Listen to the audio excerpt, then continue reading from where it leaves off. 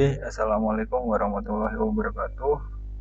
Perkenalkan nama saya Lita Liandaru, NIM-nya 123180054 dan teman saya Rahmat Triagung dengan NIM 123180053. Oke, di sini proyek kami yaitu tentang pendeteksi indikator suhu ruangan. Yaitu nanti proyek ini harapannya akan digunakan untuk para perancang bangunan atau perancang ruangan untuk memperkirakan suhu yang akan didapat.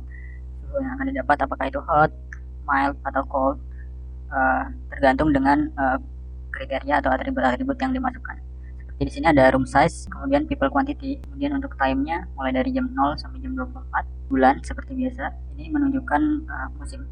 Kemudian ada weather atau cuaca, dan di sini ada color quantity, banyaknya pendingin, dan ada MASL atau ketinggian di atas permukaan laut. Oke, mungkin di sini udah menyiapkan data trainingnya, ada sekitar 45 data training. Di sini ada add new data.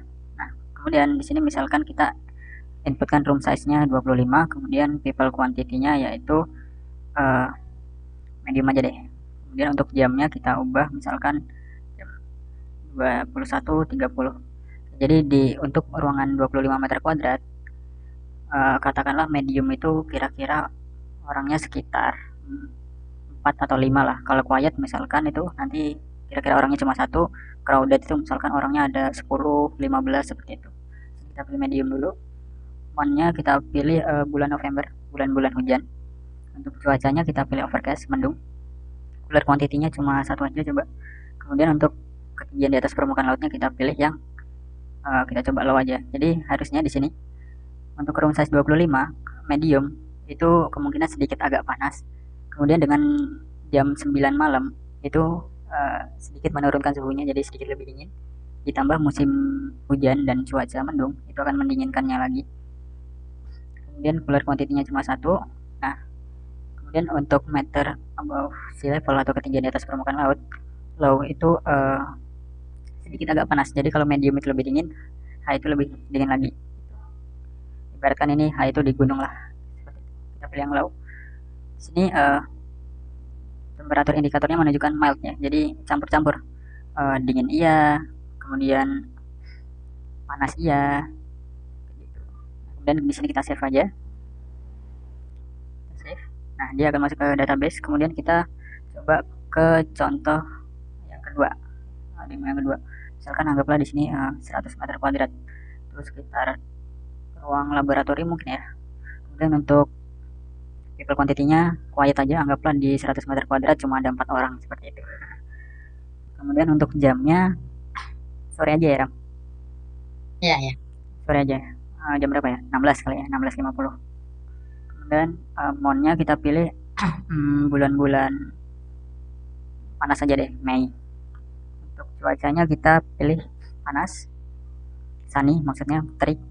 Dan untuk quantity coolernya atau pendingin AC seperti itu, ini misalkan ada 6. Kemudian untuk ketinggiannya coba kita medium.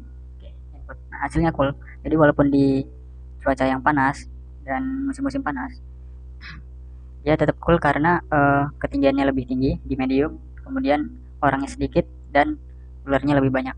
Seperti itu. Kita save. Nah, kemudian kita coba ke contoh yang ketiga. Ini misalkan kita buat 800 meter kuadrat, mungkin untuk ruangan serbaguna. Kemudian crowded, ibaratkan di 800 meter kuadrat ini cuma ada maksudnya ada sekitar anggaplah 700 orang seperti itu kan termasuk padat berarti.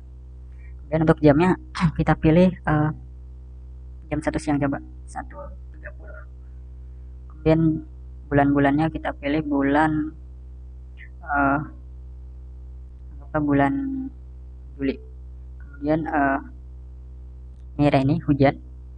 Kemudian coolernya 0 ya, kemungkinan besar kan berarti akan panas. Kemudian untuk ketinggiannya di high, nah dia akan hot walaupun dia posisinya di atas dan hujan, tapi dia crowded dan pendinginnya 0, ditambah musimnya musim panas. Nah, untuk KNN prosesnya akan dijelaskan oleh Rama. Silakan Rama. Ya, baiklah. Kita lanjut ke proses KNN-nya ya. Nah, di sini prosesnya aku bagi jadi tiga. Itu ada pertama deklarasi, kedua mencari equilibrium distance, sama yang ketiga itu yang eh, mencari apa namanya yang paling banyak, indikator yang paling banyak. Nah, jadi di sini kita tentuin untuk K-nya itu tiga ya. Yang untuk kira-kira normalnya tiga aja lah. Soalnya dari data training kita masih terlihat kurang banyak. Mungkin kalau bisa di atas 100 mungkin kayaknya bisa ditambah jadi 4 atau 5. Nah, nah, jadi yang pertama itu deklarasi.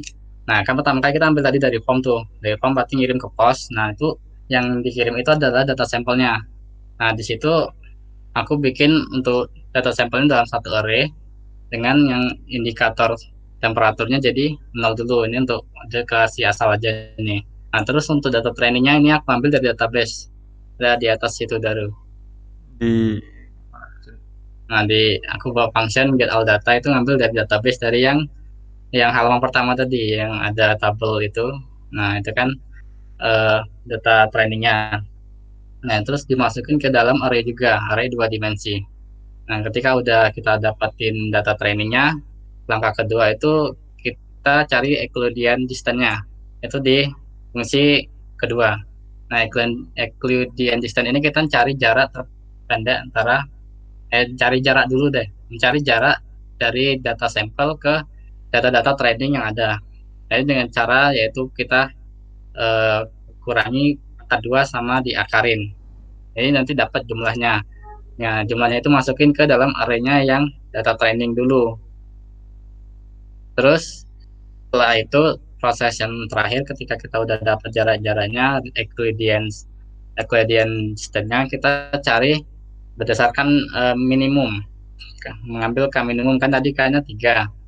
Nah, berarti kita ambil minimum 3 terkecil, terdekat dari data sampel. Kita ngambil titik-titik data training yang paling dekat. Nah, yang pertama yang aku lakukan ini mengurutkannya dulu secara ascending. Nah, jadi mengurutkan secara ascending nanti kita ambil 3 teratas dari nilai-nilai pengurutannya tadi. Nah, kalau kita udah dapat 3 data yang teratas tadi, berarti kita ngambil 3 data tersebut. Yang data lain kita buang.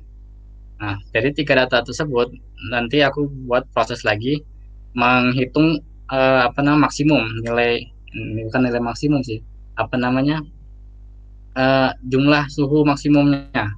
Nah, misal yang data pertama itu kan cold, data kedua itu cold, data ketiga itu hot. Nah, berarti jumlah maksimum yang paling banyak berarti cold kan.